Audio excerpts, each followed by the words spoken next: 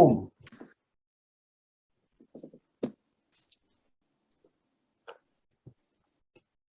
Hey, everyone out there. It's Brian from Massey's Main Entertainment again.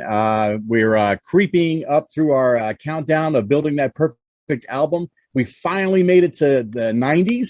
I think we were all pleasantly surprised that the 80s were actually better than we remembered from our childhood or from, you know, our latter years, our 20s or whatever.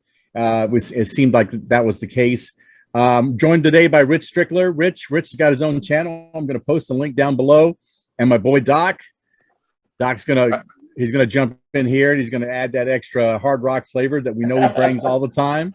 Right. And that's what makes it great. I mean, I love these lists for that reason, is that now I really feel like, now that we hit 90, I feel like 3 different directions altogether, guys. I just feel like it's gonna be that way, and it'll be that way until we finish this series. So yeah. Give me your thoughts on what you thought about 1990.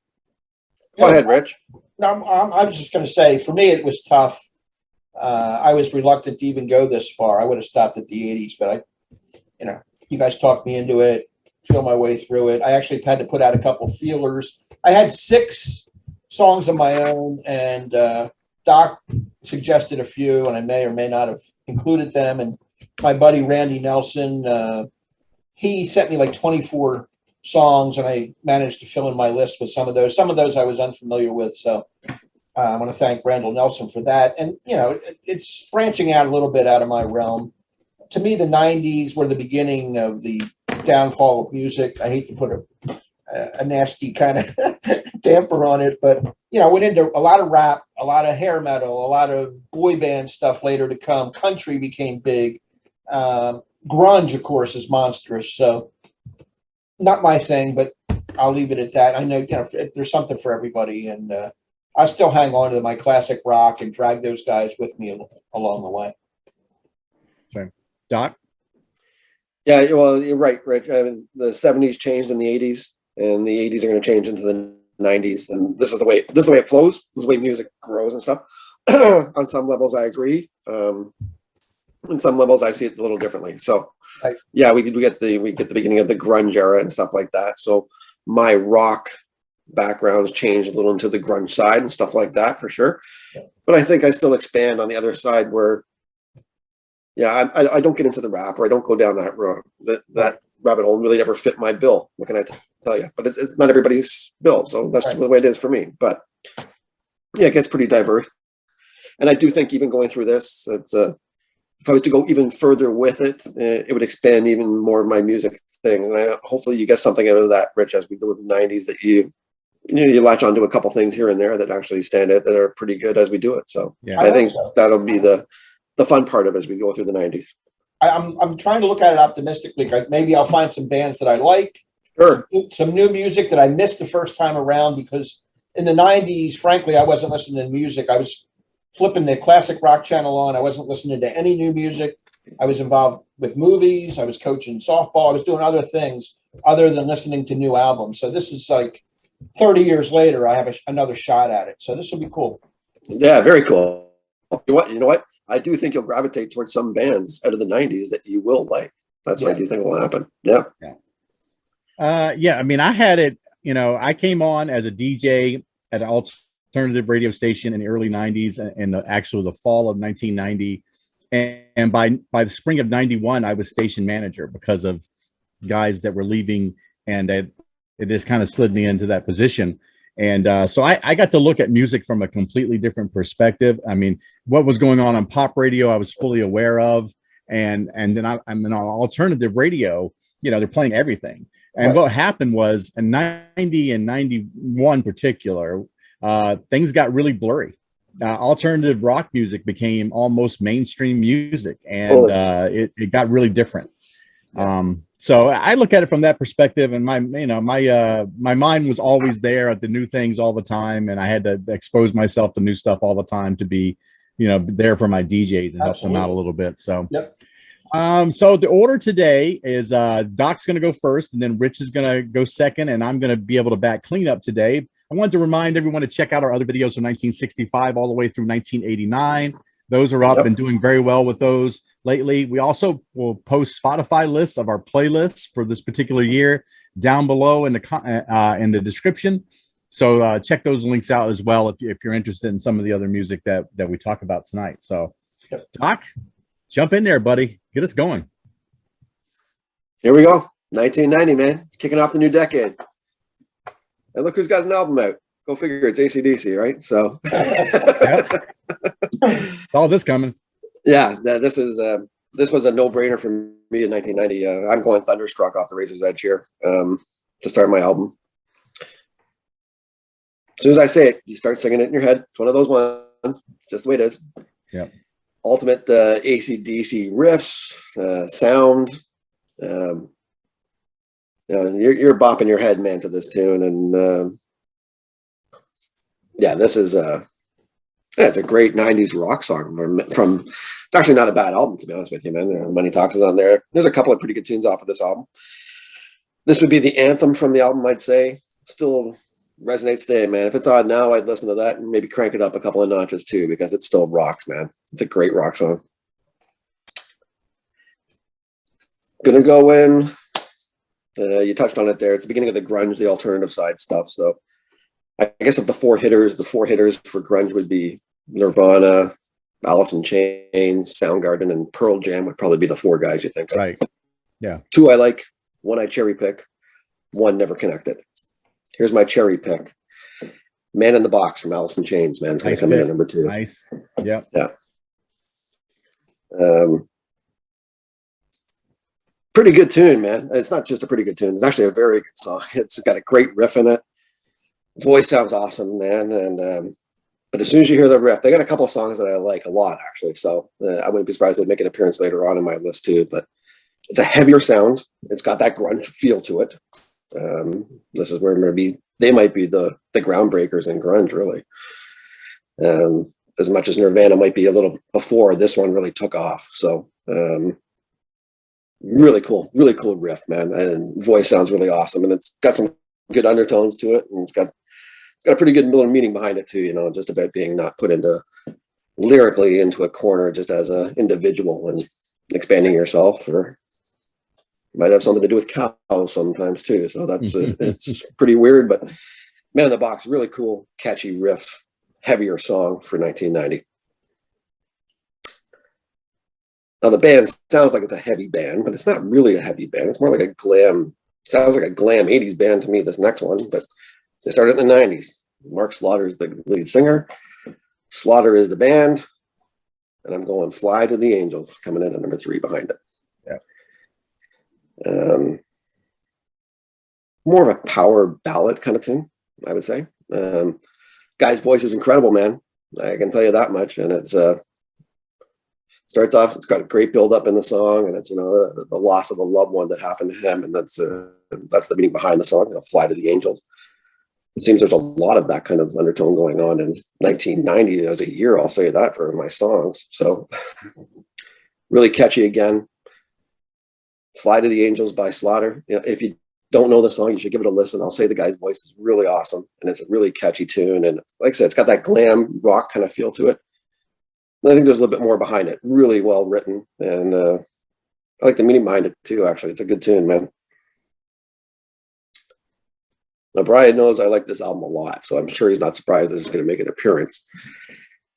But I got Extreme 2's Porta Graffiti coming in, and I got the song Decadence Dance coming in. That's number 4 for me. Okay.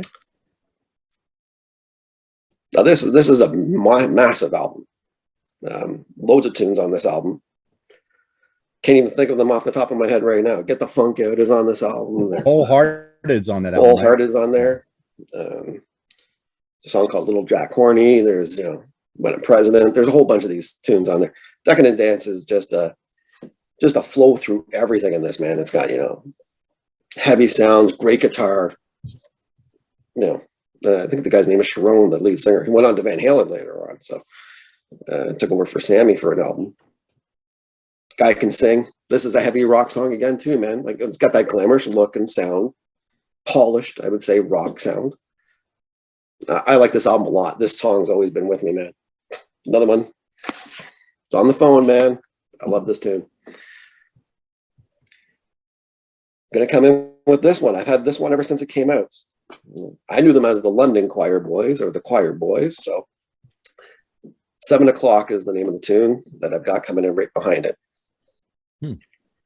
Ever heard it? No. Oh, it's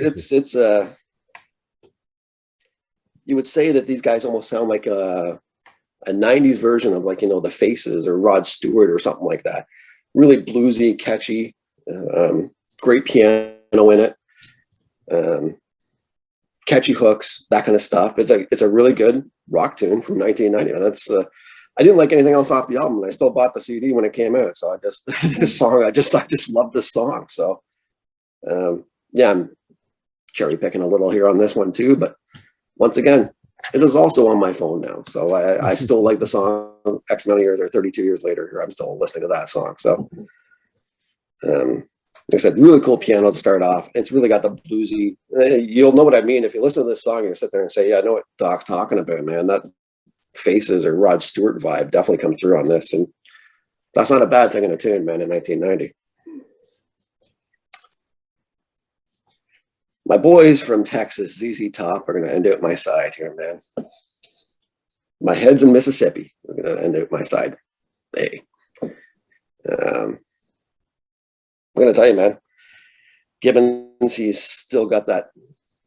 It's almost like Lagrange, the song, almost in that sense that he's talking, singing kind of through it and stuff like that. The riffs, the bluesy, ZZ Top classic riff throughout the whole song. If you don't know this tune, it's a classic ZZ Top. Oh, man, it's old school ZZ Top to me, and that's an easy fit for me, man. Definitely making my list in 1990. Ends my side 8, boys. Sounds like a Doc out album to me so far. I mean, totally. We're close. We're close on one, and there's a hit on another. So cool. Yeah, it's exactly what I would think you were going to come out of the gate with. I really did. Yeah.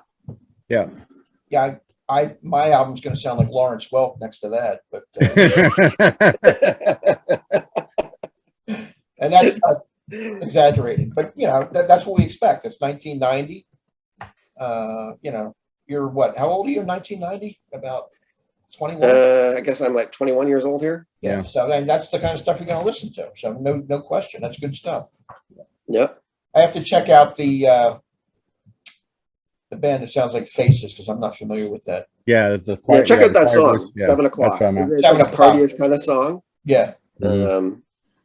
Choir Boys. I knew them as the London Choir Boys. I think they changed their name afterwards, but yeah. Yeah, pretty good tune, man. And I think you'd like Fly to the Angels too, if you want the truth. It's a good catchy song too, man. Like I said, it's like a power ballad kind of thing, and I find there's a lot of that floating around in 1990. I'll say that. So yeah. Okay. Okay. On the two. On to side B. If I was to carry on from there, this might sound more like the Lawrence Welk we're thinking about here. Ready? Here we go, buddy. So all right. I got to come in with Nothing Compares to You to start my side B. Sinead O'Connor. Okay. Sinead O'Connor. All right. The song is still powerful after all these years. And I think the Emperor's New Clothes is on this album too. And I really do like that song a lot, actually. I think that's a really cool tune. I really had a tough time with my side B because I want to represent, I think, what I think is 1990 to me. And I have a lot of songs that didn't make my list, but Nothing Compares to You was always on my list. Her voice, she would win any competition on anything that those shows have and all that kind of crap to me, man. That she can, it's just power. The voice is just soothing and everything else. And it's a Prince tune. Yeah. And I think Nothing Compares to You stands up now. You can listen to it now. And if it got released now, it'd be a #1 hit, if you want the truth. Yeah. Oh, yeah. The Black Crow, Shake Your Moneymaker comes out, eh? Man, we haven't talked about them in one sense. This is a really, really good debut album, man. They got a ton of tunes on this album. I got She Talks to Angels coming in right behind Nothing Compares to You. you could have had 5 other songs if you want the truth. You know, Seeing Things for the First Time, I really, really like that song as well. But you know, Says She Talks to Angels, or She Talks to Angels. No, it's a depressing song, right? You know, addiction and everything else that goes with it. But you know, the band sounds fantastic. It's got that bluesy Southern rock vibe that Black Crowes has, and a little bit of a longer song for them, and it still got airplay. So it gives you an idea how good this song was, man. It was over 5, maybe 6 minutes long. That's a long time for a radio song, and we all know the song. So, like I said, there's a lot of great songs on this album. Doesn't get talked about maybe in the debut neighborhood, maybe that it should. I don't know. But I think it's a pretty solid start to a career. And this song is just, to me, it's the best one off the album. But there's a lot of good songs on this album. This is just the best one for me off this album, and Coming With Me in 90 as well. This was the one that I debated back and forth. But I mean, I'm keeping it on here, man. It's Disappear from INXS coming in at number 3. Yeah. Okay. Yeah. I debated it for a few reasons because, you know, I'll be honest with you. This was almost George Michael's Freedom, if you want the truth. Because I think that song is so reggae-ish and bluish and everything else. And, you know, I'm not a George Michael dude, man, but that song's friggin', it's got one of the best videos I've ever seen in a long time, too. I'll tell you that. But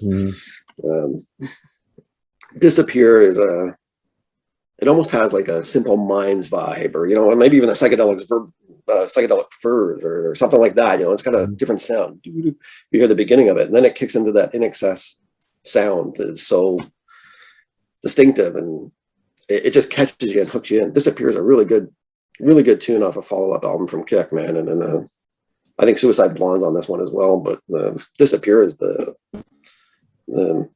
top for me off this album, and I still like the song, and Hutchins sounds great, man. And I like that INXS sound. What can I tell you? I got Concrete Blonde, Joey coming in right behind that, actually. Yeah. Kind of keeping your local flavor there with the Concrete Blonde, right? Yeah, you know, it's you see how the side is, right? Nothing Compares to You, She Talks to Angels, Disappear, Joey.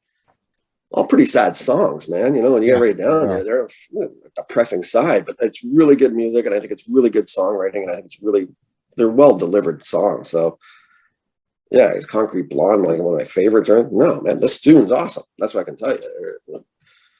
And just a catchy vibe to it, and it just flows you through, and it's storytelling at its best almost again, and it's just a catchy little bass line she's dropping in, and you know, losing somebody you love, and yeah, what can I tell you, man? It's a great tune. You listen to it now, and you sit there and say, "Frig, that's still a great song, man." So, I got Concrete Blonde at number 4. Number 5, I got Cinderella's Shelter Me coming in at number 5. Now, this is a really, you hear Cinderella and you're thinking, all right, here comes more rock from Doc and stuff. This is not a rock song, man. This is a bluesy Southern country rock song. Yeah. Just an acoustic.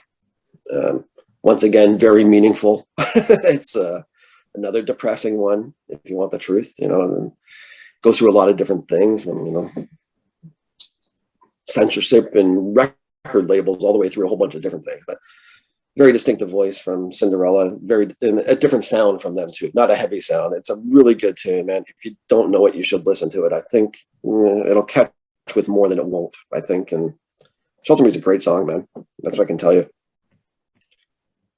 I'm going to end my 1990 with Queensryche's Silent Lucidity is going to end out my album. Not a big Queensryche guy, man. I don't know what to tell you. This album's pretty different for them in their catalog. And this song is different from the album on their catalog. So if this is a haunting song, is probably the way I would say it. And then haunting in the sense of, you know, it's a flow and it's got a sound and what can I tell you, man? It's got that Pink Floyd vibe to me, and I love Pink Floyd. So Silent Lucidity, and you can see that they do too. This is pretty obvious on this song. So Silent Lucidity is, you know, there's a couple of really good songs from me out of 1990. Nothing Compares to You is awesome. Thunderstruck's a really catchy one that I've had my whole life. Yeah. Silent Lucidity might be the best song from 1990. it's definitely different from everything. They're a progressive metal band. Operation Mindcrime is a concept album, and then all their stuff is just progressive metal. And then that song just kind of like stands out as something completely new for Totally them. different. Yeah, but it's great. It was a great song. I remember the song. I thought the video was great. The song was great. It was very nice. Nice catchy guitar. Oh yeah. Yeah, we hit on that side as well. We hit on one, and we had a couple that were the same album. So oh yeah, there we go. So yeah, that side I have a couple hits. Believe it or not, the Lawrence Welk side, so that's cool. The Lawrence Welk side. You'll see when I start rattling off my stuff. That would be the side I would listen to on Doc's album for sure. oh, I'm guaranteed. Yeah, for sure. It's gonna somebody's sides here. You know. Yeah, somebody's gonna flip over scratch my side A and get to side B as fast as I can. I wouldn't do that to you, but you know. But yeah, interesting. I like your picks on that one for sure. I'm pleasantly surprised at two of them. So cool. Good. All right, Rich. All right, here we go. Again, I'm going to preface this by saying I had 6 of my own, actually 7. I got one of Doc's that he said, "Hey, why don't you listen to this again?" And then 4, Randy Nelson threw me a bone and said, "Check these songs out." I picked 4 out of the 24 that I liked. They'll be on side 2, but side A is all me, and I'm going to start it out with a song that Brian had on 1989 from Phil Collins, "Something Happened on the Way to Heaven." This was a single release, went to number 4 in April of 1990. Great Phil Collins song, melodic, just a beautiful song. I like his voice, the drumming's killer, great groove. I like that repeat. How many times can I say I'm sorry? I'm sorry. You know, it comes into there, and you can run, but you cannot. You can hide, but I'm not leaving unless you come with me. It's, you know, a love song. He wants to implore the person that he's talking to that they're still in this together. We've had our problems, but I'm on your side. You're all I need. Please believe in me. So I just like the words. I like Phil's delivery. So that's making my album on the leadoff track. Number 2 is Van Morrison's "Real, Real Gone" from the Enlightenment album. This is music for the soul. This has the horns and just an uplifting, soulful, energetic love song. It starts out with, "I've been hit by a bow and arrow. You got me down to the very marrow." He mentions other soul artists at the end of it that have inspired him by name: Sam Cooke, Wilson Pickett, James Brown, Solomon Burke, and Gene Chandler. They're all inspirations to him, and he names them and the song and develops lyrics around those guys. I love that song. One of my favorite latter day Van Morrison songs. My third track is from Rod Stewart, a cover of a Tom Waits song called "Downtown Train." Another tune I love, number 3 hit. Great slide guitar by Jeff Beck on this, a video attached to it. Very poetic lyrics, as Tom Waits is known to write. It's about loneliness and adoring somebody from a distance.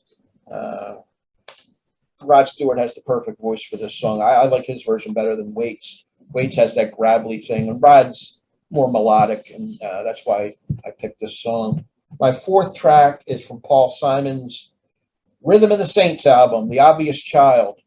This here has these African roots, but it's a Brazilian marching band almost with the percussion. The drumming is sensational. I watched the video several times in prep for this. It's about aging and facing your mortality and that type of thing. And I just like the way Paul can write lyrics that people can understand with these tribal kind of music, world music, if you will. It's really a stroke of genius. He's better at it than almost anybody out there in my book. So that's my 4th track, "The Obvious Child." If you haven't heard that, give it a shot. Watch the video. It's really cool. That's great. My number 5 track, Doc and I hit on it. Sinead O'Connor, "Nothing Compares to You." Had to be on here. Great ballad written by Prince, as you mentioned. Emotional song. When I think of Sinead O'Connor, I think of somebody that's carrying around a lot of pain, a lot of baggage, and she gets it out through her music. You can hear it in every note. She's a great singer. That pain, that anguish. She's probably had a hard life, and this is her therapy, a way of getting it out. So great song. And I'm going to end my side A here with the Black Crowes. She Talks to Angels. Excellent. Hey, song. right on. Shake Your Moneymaker. We had back-to-backers there. I love Yeah. the lyrics here too, about addiction. And it starts out with, she never mentions the word addiction in certain company. She'll tell you she's an orphan after you meet her family. I mean, she's just like a lost soul person. She talks to angels and they call her out by name. Chris Robinson, of the Robinson brothers of the Black Crowes, they do a nice job on this. He says that it was a goth girl that he knew in Atlanta who was into heroin. That's where he got the inspiration from the song. And I can see a lot of families and friends who have lost loved ones using this song to, either remember that person by, or there's a lot of good stuff in this music here. So that's going to end my side A. Yeah, excellent. We hit on one of your ones on side A, so that's a good sign. And we had a couple other albums where we touched on, so that's not. But everybody should note that Rich made sure that he said, "I didn't call Brian to get any type of advice." You're welcome to help me for many years on down the road. I didn't actually call Doc. Doc offered me. Yeah, I threw it out there. Call Brian. I actually asked Randy because I know he knows my style of music, and he's right. A little bit. He's closer to my age too. That lot. I love it. But yeah, I didn't do bad. Those are the songs I picked, by the way. The next side is going to be stuff that I had to have help on, and I kind of learned some things about some artists that I really didn't know. Nice. Well, I mean, your side A sounds like 1992, Rich. So there's nothing wrong with it, man. So yeah. Oh yeah, I like obviously we had on two, so that's good. Yeah. All right. On to side B here. I'm going to start it with Silent Lucidity by Queensryche. Another hit. This is the one that Doc said, I got this, I got that, I got this. They may make my list. They may not make my list. Give them a listen. And I listened to it again. I remembered the song. I remembered the video. And I always liked that song. It is haunting. Well sung by the lead vocalist here, Jeff Tate. Very progressive sounding, like you mentioned, Floyd. But filled in a good slot on my album. I think of 1990 when I think of that song. So very cool. We're going to make it. Then on the next four were the ones I got from Randy that I kind of remembered vaguely. This one here, Midnight Oils, Blue Sky Mine. This got that wailing guitar or a wailing harmonica at the beginning. The bald-headed guy on the Outback, he's just wailing away. He's known for his political and environmentally conscious material. Peter Garrett's his name. He ran actually for office over in Australia. He did. Yeah, he's there. And he's done a lot with his life beyond music. And I liked Midnight Oil's first album, which we did earlier in the 80s. That was a good one too. And I like this song. It has to do with the asbestos mines over there in Australia and the diseases that people get who work in the mines. So he's definitely environmentally conscious, and it's a really good song. There'll be food on the table, and he's like jamming and good stuff. I like the way he sort of hunches over and sings, and he's kind of an awkward dude when you watch him, but yeah, the music's pretty good. My third track on this side is from Nick Lowe. This is kind of a fun song. It's called "All Men Are Liars." It pokes fun at Rick Astley directly at the lyrics. I mean, he's ripping. He calls him a dick and everything. Wow. Yeah, you got to see this song. It's kind of a catchy, corny kind of ditty with a sense of humor. And all men are liars. He plays off what Rick Astley's saying in that song, "Never Gonna Give You Up." He's flatly calling him a liar. And, and I got a kick out of that. That was one of Randy's songs that he recommended. My next one is from John Hyatt, another one of these Heartland rock Americana kind of guys from his Stolen Moments album. It's called "Real Fine Love." He's a singer-songwriter that gets overlooked because he's not commercially successful, but he writes a lot of songs for other people like Bonnie Raitt and others. His voice, I was reading online, somebody described his voice as velvet sandpaper, and that's really accurate. That's what he sounds like. It's smooth, but it's real catchy, eh? Yeah. So that's going to make my list. Real Fine Love. I got a real fine. It's got a nice hook to it. My next one is from a band that I don't know that you guys both know called the Waterboys. And this is a Scottish folk love song. It's called A Man Is in Love. It's written by lead singer Mike Scott. It's got a nice fiddle, flute. This could play in the 17th or 18th century. It's old school European kind of music. Makes a great wedding song. It's felt from the heart. And there's an instrumental piece at the end. It's kind of an Irish jig or a Scottish kind of thing going on where it's just, you know how that kind of music goes. I really like this song. A Man Is in Love, and the voice is perfect for it. My last track is one I threw in there myself because I did know this, and this was be a country song from Garth Brooks, "Friends in Low Places." Oh yeah, sure. That was a massive hit. Yeah, massive hit off the No Fences album. You know, I'm not really a country fan, but this is one of sort of almost a crossover kind of song because everybody knows it. It's just sing along. They play it at weddings. I've got, people dancing around. I've got friends in low places, and it builds the conclusion. It's very rousing. And it's like kind of a bar tune. In fact, you can drink where the whiskey flows and the beer chases, buddy. That's your go. Yeah.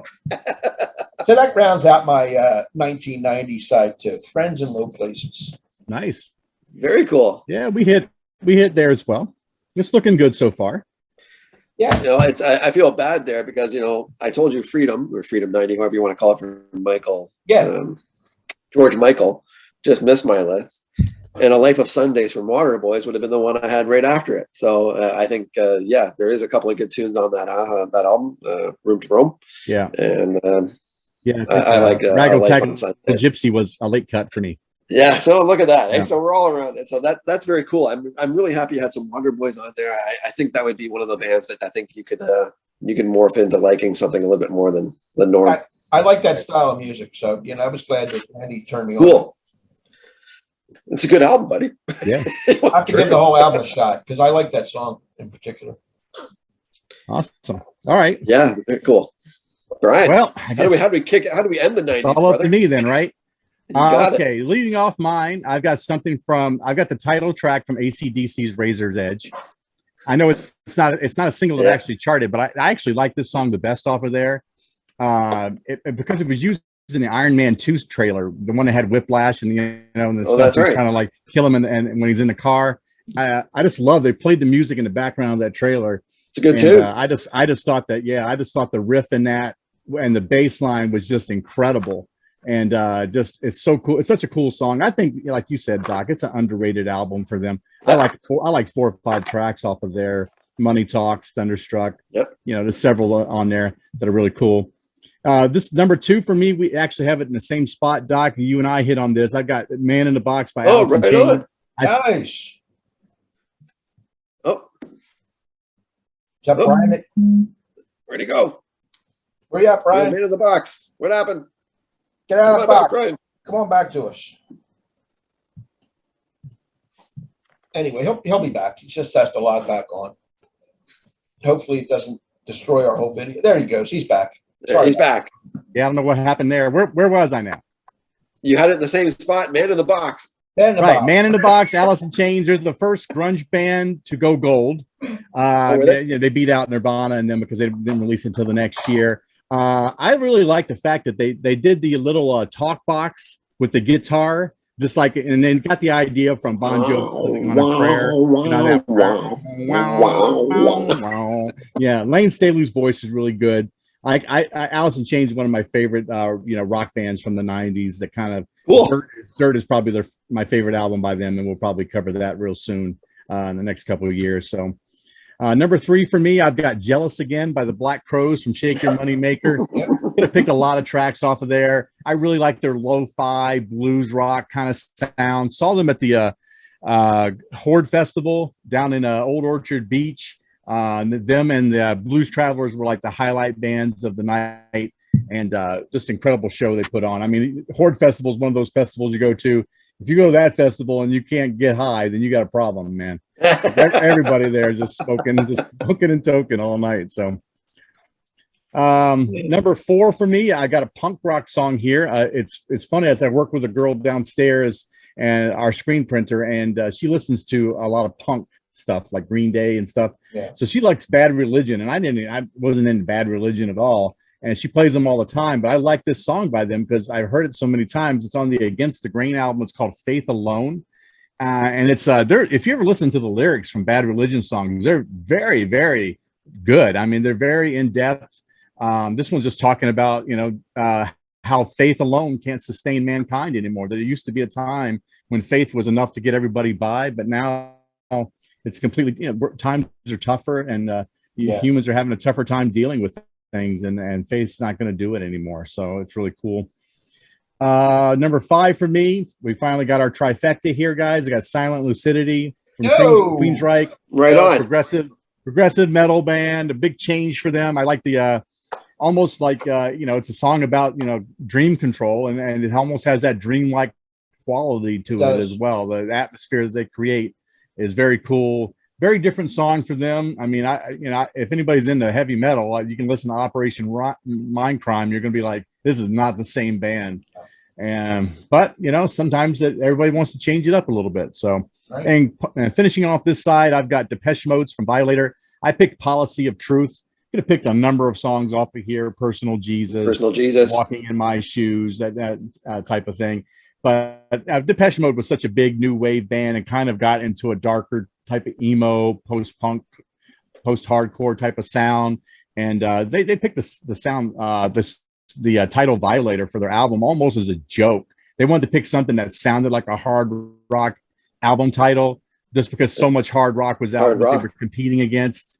And so they came up with Violator, and it was a joke, and ended up being their biggest album they ever had. So that's my side one. We did get a trifecta out of it. So very nice. I was surprised, but nice job. Yeah. You did get the trifecta. I'll say this: if my wife ever goes back and watches this video, she'll be quite happy that you had the friggin' Depeche Mode, buddy. I'll say that because it was written down and stuff. She's a big Depeche Mode fan, so nice. Good on you there, buddy. Yeah, that's a 1990 representation right there, man. That's because it was big. And I kind of figured that you, Doc, you would have Razor's Edge, the album, and Shake Your Money Maker for sure. Yeah. I just didn't know what songs you were going to have. So yeah, I mean they were big, man. They were big albums too. I like Jealous Again too. Good tune. Yeah. It's a good album by them. Their subsequent albums, the Southern Harmonies, and then the other one was Amorica. They didn't quite live up to what they had done before, and then the band kind of faded away after that. So that's unfortunate. But yeah, I actually saw them. They opened for Tom Petty and the Heartbreakers when I saw Petty years. It must have been around 91 or so, right after the album broke. They were really concert. They were fine. Yeah, I thought they were good at the Horde Festival. I thought they were great. Yeah. Pretty damn good opening band. Yeah. Yeah. All right. Side 2. I've got, and this is good. Of course, it's weird now. I picked maybe the biggest dream pop album, at least prior to 1994, maybe. I've picked Heaven in Las Vegas is the title track from the Cocteau Twins album, who features Elizabeth Fraser on vocals. The band was going through, it's funny how the best albums come from bands that are going through a whole lot of crap. And this band was going through it. They had people who had lost loved ones, and Elizabeth Fraser was pregnant during this time, and there was substance abuse problems with some significant others in the band and stuff. And they were all dealing with all that stuff. And then this great album come out of it, which, if you listen to it, you think it's a dream pop album, but it's got elements of, if you listen real close, it's got elements of hip hop in it. It's got elements of glam rock in it.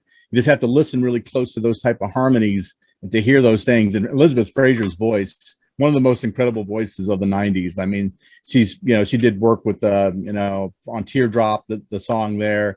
And she was a part of This Mortal Coil back in the 80s. Just beautiful voice.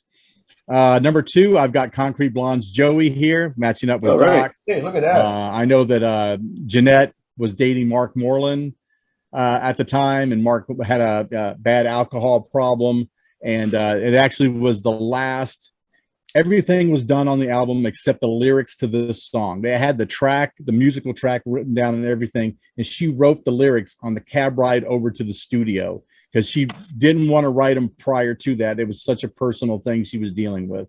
And Mark Moreland ended up dying from renal failure because he had a liver transplant because of his alcoholism. And so it's kind of a sad thing for her, not going to understand the meaning behind the song. Yeah. Number 3, Rich and I matched up on, well, I've got The Obvious Child here. Cool. I think the name of the drum band is called Odellum. Yeah. Rich, it's a world beat band that they've done work with other artists before, but you're right. That's the driving force behind this song, that world beat sound. I think that Rhythm of the Saints is kind of underrated, kind of gets it's in the shadows of Graceland. Yeah. It doesn't get a lot of love that it should, but it is a great song. I love it. Like you said, it was talking about, lost time and mortality and things like that. It's just a beautifully written song by Paul. I wanted to include it for sure. Number 4, I've got from Sinead O'Connor. I picked The Emperor's New Clothes. Doc, you touched upon it a little bit. I could have picked a lot of songs here. I Stretched on Your Grave, Black Boys on Mopeds. Nothing Compares to You, obviously, is on here as well. Yeah. She's an artist that I think really got a bum rap because of the whole Pulp incident that happened on Saturday Night Live. Her whole career went into a tailspin after that. And she basically was just the subject of a lot of criticism after that. And the music just kind of got pushed to the side, which is unfortunate because this album is solid. It's just an absolute masterpiece. And it gets kind of lost in the criticism for that outside incident. So, and my last 2 tracks are going to be from the hip hop community. I've got Fight the Power from Public Enemy, a song that was featured on Do the Right Thing. It was actually Radio Raheem's song that he was playing on his boombox. It's the bookend track to their album Fear of a Black Planet, which I think is ranked like in the top 2. It's within the top 200 of Rolling Stone's most recent top 500 albums of all time. Very controversial lyrics here. I remember there's some lyrics in there in which they talk about how Elvis Presley is a hero to most, but he never meant to me a goddamn racist. That the sucker was simple and plain. I mean, and then later on he talks about how most of our heroes don't appear on those stamps. Because I remember at the time there was a big thing going on in the United States where you were picking which Elvis stamp that everybody was going, but the U.S. Postal Service was going to use. And that was like a big thing, and Chuck D likes to bring out these other incidents. And he was talking about, he said it wasn't anything personal against Elvis. He just said he thought it was funny that he said that all the attention that Elvis got, and Elvis himself admitted that he got most of his ideas and most of his style of music was taking from Black artists. And they never got any credit. Or at least not as much as he got. And that was true at the time. In latter years now, I think that upon reflection, everybody's starting to understand that was the case. And the last song I picked was Mama Said Knock You Out by LL Cool J. My wife will love this. She's a big LL Cool J fan. What I thought was great about this song, is Bob Dylan covered this song, believe it or not. Wow. I couldn't believe it. I had to go find it and listen to it. But yeah, he actually did an acoustic cover version of Mama Said Knock You Out by LL Cool J. Really? The coolest thing in the world. It had a great musical video, and it borrowed from a couple Sly and the Family Stone song. It was actually sampled on there, and one of LL Cool J's own songs is sampled in there as well. Great stuff. So I wanted to end with that one, LL. So it sounds like a little bit more like me on this one, right? Definitely. Well, I think we covered off the 1990. I'll say that, man. That's got everything in between the 3 of us. There's nothing left. Yeah, pretty much. Yeah. Yeah, it's pretty slim pickings in the 90s. Overall. We picked it all. We took the best of the best and laid it out there 3 different ways. That's all. Yeah, I mean, if you were to ask about honorables or something, I mean, yours is 90. Yeah, Brian, that's 1990 in a nutshell too. So. I think we all got something that sounds like 1990, and I think I only had like maybe 2 other songs I didn't touch on. Yeah. Right Here, Right Now from Jesus Jones was a big song. That was huge. Yeah. It's My Life from Talk Talk was a big song, and I got that one written down. And I mentioned Freedom from George Michael and A Life of Sundays from the Waterboys. So that's outside everything off of Shake Your Money Maker or something like that. Yeah, that would have been slim pickings outside that for me. I did have Wholehearted and Blue Sky Mine. as well as, I mean, had a lot of other tracks from, you know, Sinead O'Connor, obviously, and Black Crowes for sure. MC Hammer, Can't Touch This. Can't touch this. Yeah. See that, and that's going to be the thing, is that this may be the last time where we see a lot of representation of hair bands, or at least this hard rock, because when grunge comes out, they almost get buried in the sand. Yeah, it's true. As we move along really quickly here, it turns into grunge really fast, man. So yeah, it sure does. So very cool. Well, yeah. Well, I guess that'll do it then for 1990. I thought it was an interesting year to do. It definitely, music changed really fast. It was nice to see. Be sure to check out our Spotify list down below in the description. Also check out our videos from 1965 all the way to 1989. Thanks, Rich, for joining us this evening. I really appreciate it. Doc, I appreciate you showing up as well. I'm looking forward to covering these 90s, and it's going to get interesting real fast here. So I hope everybody sticks with us, and please comment, sub, and like down below. We really appreciate it. Thanks a lot, guys. Take care. Sounds good.